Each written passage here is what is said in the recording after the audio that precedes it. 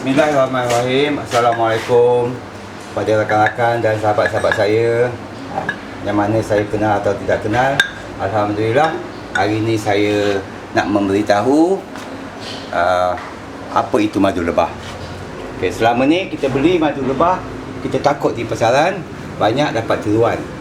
Tapi setiap pemadu akan mengaku madu dia original. Sekarang saya ceritakan madu jualan jualan saya yang menal. Di saya ada beberapa jenis madu yang ada ni. Okey, kita ceritakan macam mana lebah ni buat madu dulu. Jadi saya adalah pemborong dan peruncit madu ternak. Jadi ternak ni ada dua jenis, satu ternak bebas dan satu ternak kasih makan. Kasih makan ni maksudnya di pitung tu dia letakkan tebu lah, gula lah, macam-macam lah di pitung tu. Kalau ternak bebas ni dia letak sarang saja, dia cari makan sendiri. Jadi perbezaan madu ternak bebas dan madu ternak yang bagi makan. Kalau madu ternak bebas, maksudnya dia ada bipolen di dalam madu ni. Contohnya macam madu ni, dia ada bipolen kat dalam ni. Jadi kalau madu ada bipolen, baru dia ada khasiat. Bipolen tu adalah penyebab penyakit, bukan madu yang tu. Jadi kalau madu tak ada bipolen, tak ada penyakit. Ibarat tadi kita minum madu macam gantian gula sahaja. Itu perbezaan. Jadi madu yang ternak bebas. Kalau madu ternak kasih makan, memang tak ada bipolen. Jadi bila tak ada bipolen, tak ada khasiat lah. Lebih baik indahkanlah. Sebab apa? Bila kita simpan lama, botol tu akan satu mendapan gula di situ. Okey. Lagi satu madu tualang. Yang mana orang cerita tualang tadi tu. Madu tualang tadi tu, bezanya madu tualang dengan madu ternak ni tadi. Madu tualang ni dia duduk atas pokok tinggi. Maksudnya pokok tualang. Okey. Pokok tualang. Jadi bunga dia tak sama dengan madu ternak. Madu ternak ni bunga dia di bawah. Mungkin tak kita tahu dia ambil apa daun akasia punya ke, atau bunga-bunga yang lain nenas serta campur. Jadi rasa mungkin tak sama dengan tualang. Tualang rasa dia hampir sama sebab dia kebanyakan pada bunga geram. Jadi madu tualang ni kebiasaannya, kalau nak tahu dia ori tak ori madu tualang ni, okey, siap pembeli akan terkena dulu, bayar dulu. Balik rumah baru tahu dia tak ori. Jadi semua ambil kod, kata kalau madu tu diurung semut, dia kata madu tak ori. Itu salah. Bukan uji pada semut. Jadi ujian tadi kita akan tahu macam mana nak uji dia. Okey, pertama kita kena nak mengenal madu sebelum kita beli. Ini adalah madu tualang. Okey, ini adalah madu tualang. Okey, tualang. Okey, pertama supaya kita jangan tipu. Semua peniaga akan mengatakan madu dia ori. Jadi saya nak kongsi pengalaman saya atau pengetahuan saya kepada semua. Harap saya kesian kepada orang yang berpenyakit. Kalau minum madu yang dicampur dengan gula atau bahan yang tak betul lah kan, jadi penyakit tu bukan jadi kurang, jadi bertambah. Kesianlah orang keluar duit, jadi tak dapat madu yang betul ori. Okey, perhatikan di botol dia mesti ada buih ni. Buih dia halus. Tengok, tidak ada gelembung besar-besar. Kalau itu belian pertama dah selamat dah. Jadi kita tak perlu ragu. Okey, cara nak test dia pula. Okey, kita balik rumah, kita ambil segelas air yang biasa, temperature yang biasa, tak payah sejuk, tak payah panas apa. Tuangkan dalam gelas tu cara perlahan. Sebab madu ni cair. Bila cair, takut dia cepat dia punya tu. Bila kita tuangkan, madu tu akan turun bawah. Perhatikan air tu, walaupun kita simpan dalam bentuk 2 jam, 3 jam, tetap jernih. Walaupun sampai besok simpan tetap jernih. Itu dah confirm dah. Minumlah kepada orang yang ada kencing manis tu, minum. InsyaAllah sembuhlah. Tapi kita sebagai orang Islam, doalah siap minuman tadi. Jika kita tuang madu tu dia naik macam kita tuang air gula, dia naik, itu jauhkanlah. Buat masak je lah madu tu, kan. Itu cara nak kenal dia madu. Yang dah pertama, dah dapat buih tadi ni. Buih dia halus, selamatlah. Okey. Macam mana pula lebah ni buat madu? Ini banyak orang tak tahu. Okey, di dalam satu sarang ni, madu tualang adalah kandungan bipolen dia memang banyak. Memang betul-betul banyak daripada madu ternak yang saya jual. Okey. Madu tualang ni, dia punya satu sarang tu lebih kurang ada ratus ribu ekor lah. Bayangkan, setiap ratus ribu ekor dia akan ambil manisan di bunga-bunga. Kalau dah ratus ribu ekor, maksudnya dia akan lebih banyak manisan yang masuk, lebih banyak bee pollen yang masuk. Okey, cara macam mana bee pollen ni dia dapat? Okey, bila madu tu isap manisan bunga, kaki dia akan lekatkan bee pollen tadi. Bee pollen tu bunga jantan lah. Jadi bila dia balik ke sarang tadi, dia akan tinggalkan bee pollen di dalam sarang. Dan bila sampai ke sarang, dia akan muntahkan isapan manisan tadi tu. Itu yang kita panggil royal jelly.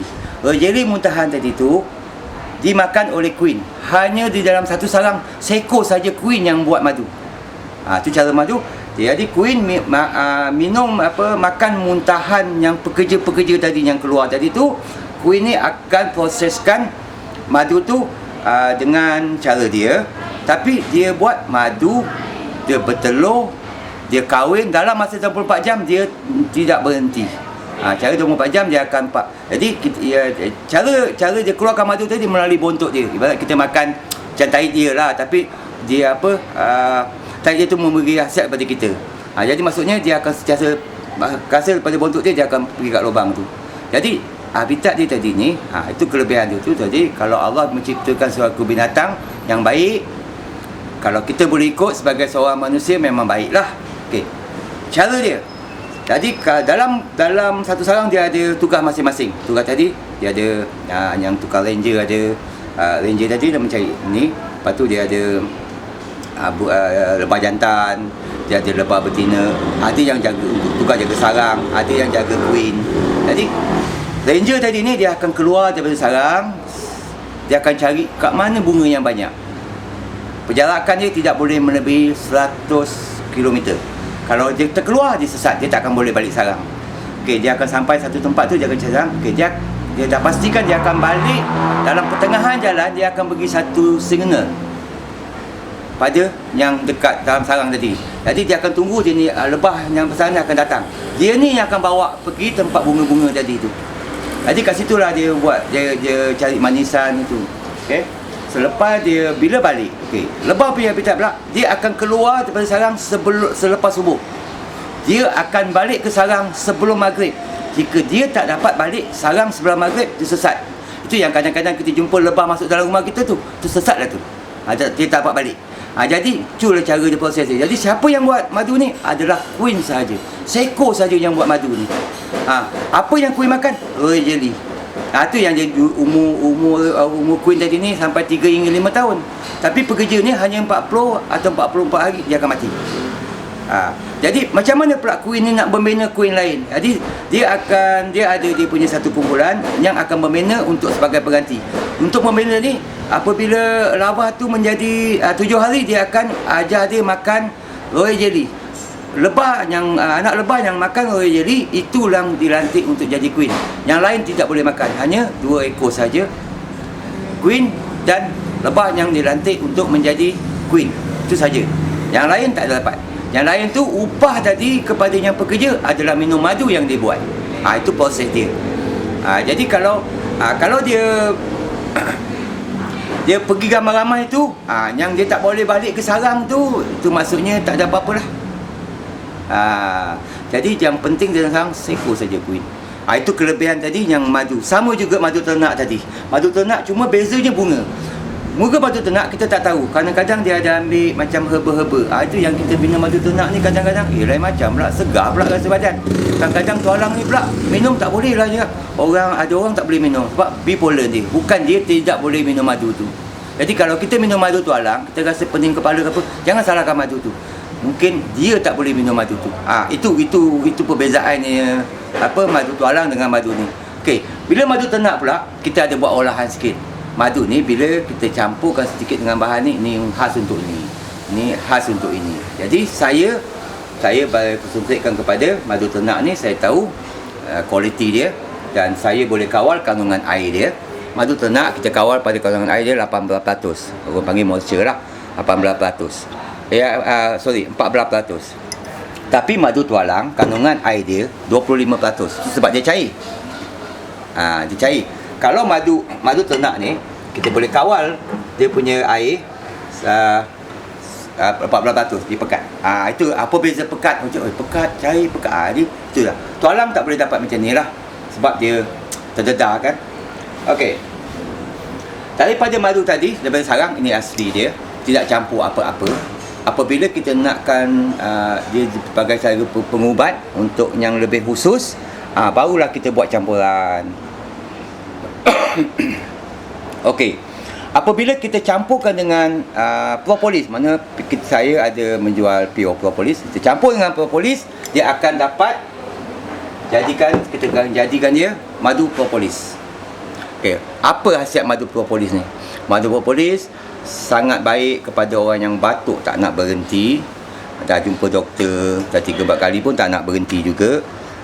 Asyik kahak lebih ke apa ke. Okey, lepas tu orang yang ada gastrik, orang yang sesak nafas, okey, yang ini, yang madu ni ibarat lebih kurang melawat. Apa itu propolis? Okay. Propolis ni adalah nektar yang dia ambil bila sarang lebah, bila dia dah penuh, ditutup dengan, siapa yang tutup? Lebah pekerja dia akan ambil getah kat pokok tadi tu, dia akan tutup lubang-lubang. Supaya lubang tadi, kenapa dia pun tutup? Dia tak nak protect ada serangga lain masuk dalam. Itu sebab kata dia memang bersih. Jadi yang itu kita ambil. Kita ambil yang atas tadi tu buat propolis. Jadi biasa kita akan buat yang dia punya sarang yang betul kuat. Apa kuat? Kita pakai apa? Kita pakai kelulutnya. Bila kelulut tu kita cairkan dia, kita jaga dia jadi pure. Cuma beza sikit propolis, pure propolis ni dia ada dicampurkan sikit dengan bahan kimikal. Itu yang mesti kena KKM tu. Dulu KKM. Jadi kalau yang ini tanpa campur apa-apa bahan. Bila apa campur bahan, tak perlu nak ada KKM. Sebab dia tidak mengandungi bahan-bahan kimia yang lain. Beza kalau madu yang ada campur dengan propolis, mesti mau ada tulisan KKM. Itu yang kat sini ada lebih sikit lah. Okey, yang kedua tadi, kalau pula kita campur pula dengan royal jelly, dia akan jadi madu ratu. Kita tukar kepada nama madu ratu. Okey. Propolis ni, royal jelly ni, khasiat royal jelly tadi kan Queen makan royal jelly tu. Bila Queen makan royal jelly tu, Queen hidup sampai 3 hingga 5 tahun. Jadi kalau yang makan madu, pekerja tadi hanya hidup 40 hari atau 44 hari. Okey. Bila kita katakan apa pula kelebihan royal jelly? Jadi royal jelly ni kalau kita ambil yang pure tadi, susah nak makan. Kena makan bawah lidah. Lepas tu lepas buka tak boleh letak kat luar 2 jam, dia akan rosak. Kena letak peti ais, kadang-kadang kita terlupa tutup, dah rosak. Harga mahal. Jadi kita campurkan dekat madu, dia akan tidak ada masalah simpan peti ais. Okey, khasiat dia ni lebih kepada tenaga. Okey. Saya sangat-sangat syorkan kepada golongan ini. Orang yang dah berumur 45 ke atas sampai 70 ke 80, dan kanak-kanak sekolah yang malas nak pergi sekolah, yang rasa mengantuk, yang baca buku sikit dah mengantuk, syorkanlah. Memang dia sangat baik. Sebab apa? Saya dah menjual ni daripada 2010. Bukan baru lagi lah. 2010 saya dah puas hati dan saya rasa yang saya bercakap ni adalah benar. Jadi beranilah saya lapaskan benda tu. Dan ini adalah dalam banyak-banyak madu yang saya jual, ni adalah yang paling laju lagi saya jual dan paling laris. Sebab kelebihan dia ada royal jelly. Kalau tak ada royal jelly, jadilah macam ini. Yang ini pula, kalau saya minum pula, saya kalau minum kopi saya tahu ni. Saya tak pakai gula. TO tahu ni macam tu. Jadi kali ni saya langsung kita biar dia minum hari-hari madu ni. Itu kelebihan dia. Jadi macam-macam ada buat pada madu ni. Kita nak campur lemon, kita boleh campur lemon. Kita nak campur apa tu sauda, kita buat saja. Kita beli apa tu sauda, kita campurkan, kita makan. Ataupun orang kata nak makan dengan kurangkan sesama, nak makan dengan kayu manis. Kayu manis beli yang kecil tu, yang beli yang besar tu. Yang kecil tu ada kualiti. Ambil yang kecil, tumbuk-tumbuk kan, lepas tu taruh dekat sudu, tuangkan madu ni, minum. Itu akan kurangkan daripada kesan-kesan sesama demam, yang kerap demam itu. Jadi madu ni tadi boleh dicampurkan dengan apa yang saya cakap. Tetapi apabila dah beli madu ni, jangan pula campur dengan lemon. Tak sesuai.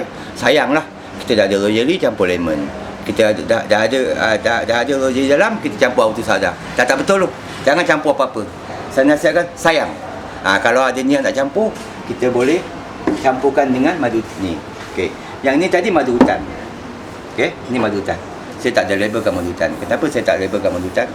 Nak dapat kuantiti dia terlalu sikit sangat. Jadi saya tak boleh lah. Sekarang saya buat label kan tak cukup. Okay. Madu hutan, tu beza. Ataupun kita panggil madu kampung. Madu ni duduknya dekat pokok genda-genda. Tak kisahlah belakang rumah kita ke. Tapi yang ni kebanyakan stok saya ambil daripada Gunung Ledang punya lah. Okey, madu hutan ni ikut satu-satu semuanya, alhamdulillah kanser tahap 4 baik. Seorang saja saya dapat. Yang lain ni kencing manis, darah tinggi, dia jatuh. Tetapi benda ni apa beza pula madu hutan, madu tualang, madu ternak. Ternak pun rendah juga. Jadi beza tadi tu, kita tak tahu yang madu hutan ni lebah ambil bunga apa, kita tak tahu. Kalau madu ternak ni kita boleh jangka sekitar situ apa pokok yang ada, nenas ke apa. Yang ni kita tak tahu. Rasa dia akan berubah, kejap rasa nenas, kejap rasa lemon. Jadi kalau kat sini, kalau madu hutan tadi ni, kalau kita tak tahu apa pula dia boleh baik sampai kanser. Jadi saya bertanya, lebih banyak bertanya, mana mungkin kat dalam hutan kita tahu, kita ada akar kayu, apa-apa herba apa, mungkin kat situ lebah ambil. Ini special sikit. Itu madu hutan tadi ni, nak janjikan saya tak boleh buat label sebab stok tu tak berapa cukup. Saya tak berani nak buatkan, dah buat label sekarang, tak ada stok pula. Jadi ni perbezaan madu hutan, madu tualang, madu ternak. Cuma saya tak ada madu ternak yang yang kasih makan, tak ada lah. Tapi saya cuma ada madu tiruan.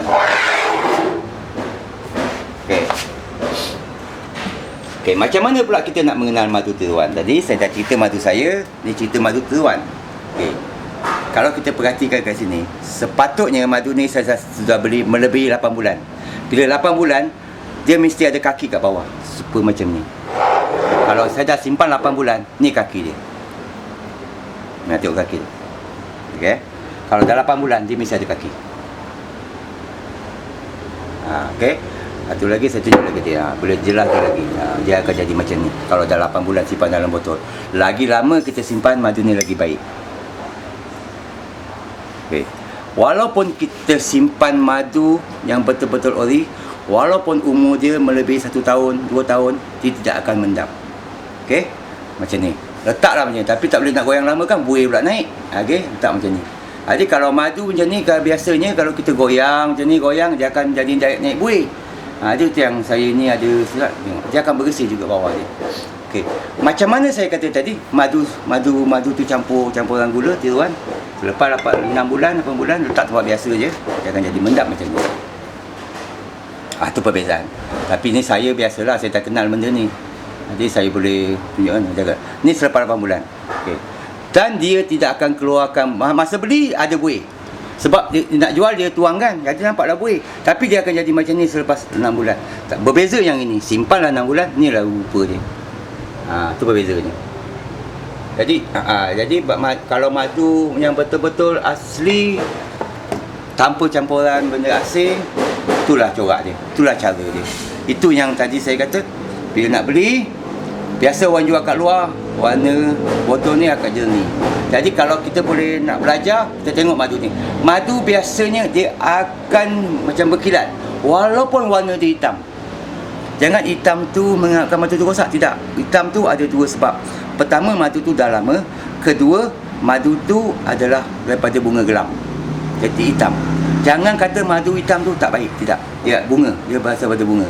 Jadi kalau kita beli bunga tu warna gold macam ni, kita simpan selepas 8 tahun, dia akan bertukar juga jadi hitam. 2 tahun dia akan tukar-tukar. Okay, sekarang saya tunjukkan madu yang saya simpan sebagai bukti mengatakan dia tidak ada mendapat di bawah selepas simpan bertahun-tahun. Okay. Saya ada yang ni, saya sengaja simpan. Okay. Saya dah koyakkan label saya, pakai label yang ni. Buruk lah label lah ni. Tengok macam mana kaki dia. Ni. Tengok kaki ni, kaki dia. Walaupun saya simpan lama, ni yang macam ni jadi. Okay. Lepas tu tengok keadaan. Ni dah lama daripada 2017. Berapa tahun dah? Dah 3 tahun. Cuba kita tengok foto dia. Tetap bersih. Inilah mengatakan kalau dia madu tu ori, simpanlah. Lagi lama lagi baik. Kalau tuan-tuan dapat macam ni, simpan 5 tahun. Memang lagi baik. Tapi itulah, nak 5 tahun tu lama sangat kan? Okey. Lepas tu kita ada madu yang ni tadi. Madu yang tadi, saya kata tadi dia campur jeli. Madu yang ada kat saya ni memang masih fresh lagi lah. Yang ni saya dah simpan daripada 2015. Tengok pendapan dia.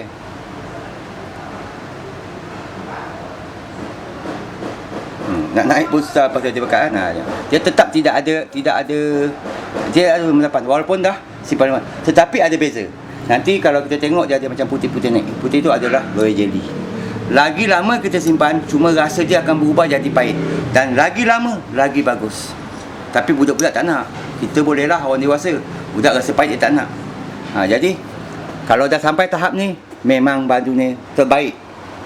Itu sebab kalau customer saya, ada yang beli lama, dia terlupa nak minum, dia komplain dengan saya. Dia kata madu ni dah ada naik macam satu keping-keping putih. Okey, tak apa. Kalau nak tukar, saya bagi tukar. Itu jaminan saya. Sebab saya memang nak madu macam tu. Memang saya tahu dia punya kelebihan dia. Ini beberapa madu yang mana ini adalah madu saya juga, tetapi customer saya tadi ni dia masuk peti ais. Inilah jadi kalau masuk peti ais. Ni bipolen ni. Bila nak tengok kat sini dia halus, itu adalah bipolen. Nak uji kena masuk peti ais, tapi jangan masuk botol, sayang. Jadi saya buat ujian macam ni. Okey, saya ambilkan sikit botol kecil, saya masuk peti ais. Inilah bipolen dia. Kalau halus bipolen, kalau kasar gula. Ini adalah madu tualang. Tengok berapa banyak dia punya bipolen dia. Itu perbezaan. Jadi kalau madu tualang, bipolen dia banyak. Tapi yang ni dah tak ada bipolen lah. Jadi istimewanya madu, tanpa masuk peti ais tak akan nampak bipolen. Itu ciptaan Allah. Yang mana nak tengok dia masuk peti ais. Tetapi tuan-tuan jangan dah masuk sebotol.